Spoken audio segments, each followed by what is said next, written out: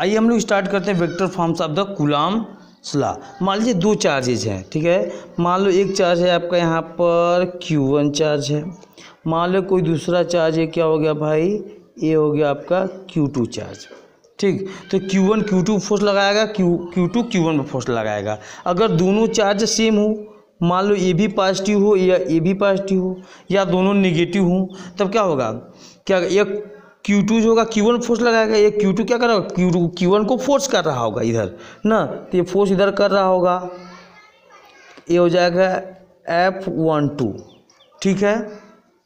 अच्छा ये बताओ क्या Q2 Q1 को इधर भी फोर्स कर सकता है? नहीं फोर्स कर सकता इधर ना। हमने पढ़ाया था आपको कूलॉम्स लॉ, जब शुरुआत में पढ़ा रहा था ना, हमने क्या बताया, हमने कहा कि जब ये जो फोर्स लगता है इन दोनों के सेंटर से मिलाने वाली लाइन के एलॉन्ग होता है, ठीक है। इन दोनों सेंटर से मिलाने वाली लाइन के जो फोर्सेज होंगे ये दोनों के एलॉन्ग, मतलब ये फोर्स ये जो सेंटर से मिला रहे हो आपने, इस सेंटर से इसे ज्वाइन करो,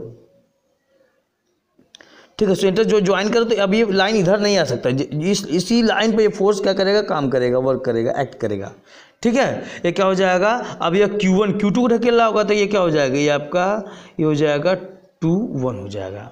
तो हम लोग इसका क्या नाम देंगे, हम लोग इसका नाम देंगे, इस F12 का क्या नाम दे देंगे, हम दे देंगे क्या कि फोर्स ऑन Q1। ये फोर्स किस पर है, Q1 पर, किसके कारण भाई, ड्यू टू Q2 कारण है। सिंपल एकदम है, ये बात समझ में आ रही है ना। चलो देखो अब इसी प्रकार ये लिख सकते हो, फोर्स 2-1 लिख सकते हो। ये क्या हो जाएगा भाई, ये आपका हो जाएगा force on Q2 due to Q1। Clear, एकदम आसान, वेरी गुड। चलिए बहुत अच्छे। इन दोनों के बीच का जो डिस्टेंस है वो कितना है, ये डिस्टेंस है आपका R है, कितना है R, ठीक। अच्छा अगर अब ये को जब भी कोई वेक्टर होगा तो अब इस वेक्टर का एक डायरेक्शन वेक्टर होता है ना, तो इस वेक्टर का डायरेक्शन वेक्टर क्या हो जाएगा, एक इसका डायरेक्शन वेक्टर इधर हो जाएगा, एक इसका डायरेक्शन वेक्टर इधर हो जाएगा।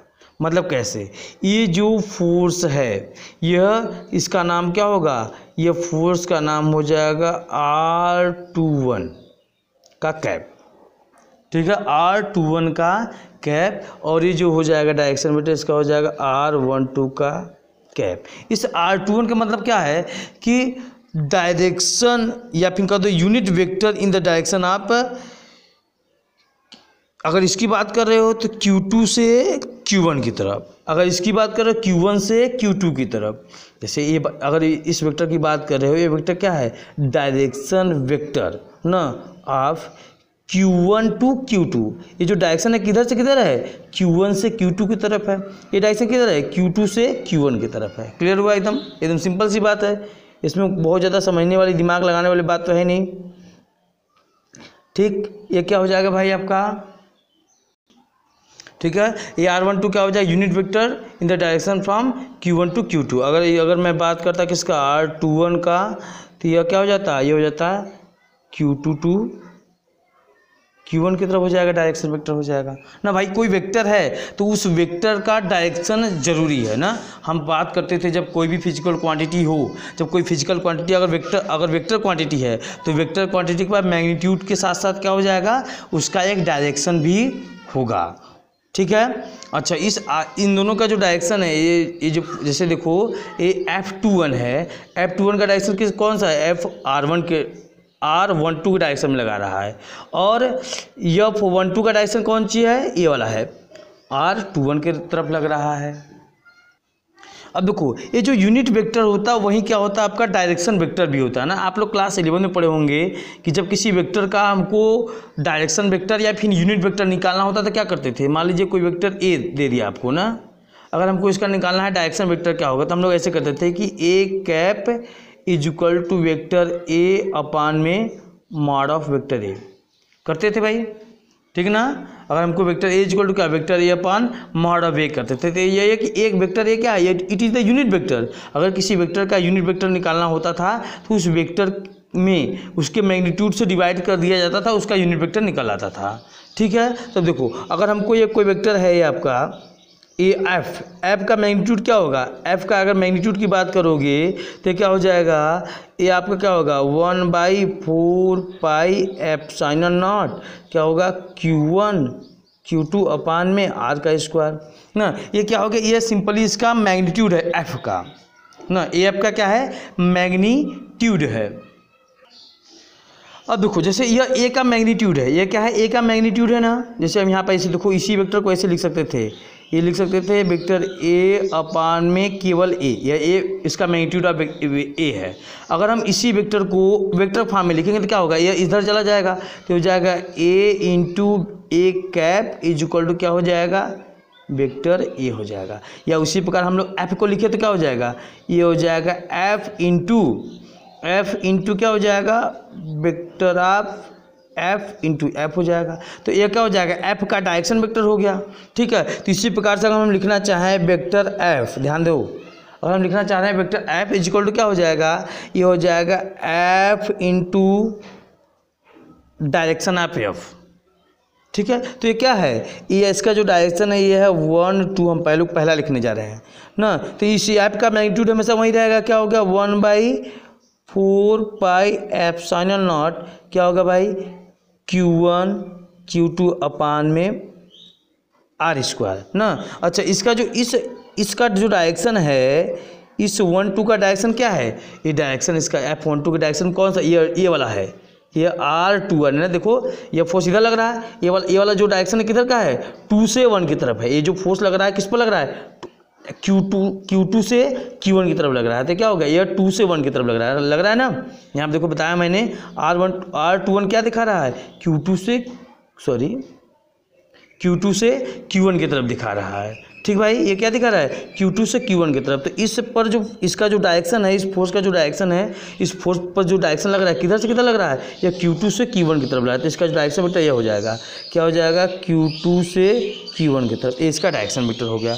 ये आपका F12 का क्या होगा direction. This is the equation number first, आप इसको मान लो सिंपली बिल्कुल, ठीक है। अगर उसी प्रकार से इस F21 की बात करोगे, F21 की अगर बात करते हो तो क्या मिलेगा, ये मिलेगा 1/4 पाई एप्सिलॉन नॉट क्या हो जाएगा Q1 Q2 by are square, ठीक है। अच्छा अब यहाँ पर अब इधर इस पर जो फोर्स कौन सा काम कर रहा है, यह डायरेक्शन है Q2 से Q1 की तरफ है।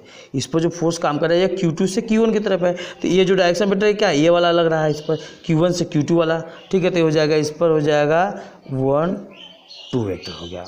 This is the equation number second हो गया ना। यही जो होगा ये फोर्सों का क्या हो गया वेक्टर फॉर्म हो गया। इसको आप ऐसे सिंपली भी समझ सकते हो। अब देखो ध्यान से, ये आप जानते हो अगर वेक्टर का अगर साइन अगर डायरेक्शन उल्टा कर दिया जाए तो वो नेगेटिव फॉर्म में आ जाएगा। अगर देखो अगर हम क्या है, ये मेरा वेक्टर 1 2 को अगर हम ऐसे लिख दें, क्या लिख दें, तो अगर हम लिख सकते हैं ना माइनस ऑफ R21 के रूप में हो जाएगा कि नहीं हो जाएगा, बिल्कुल हो जाएगा। तब ये हो जाएगा क्या, ये हो गया आपका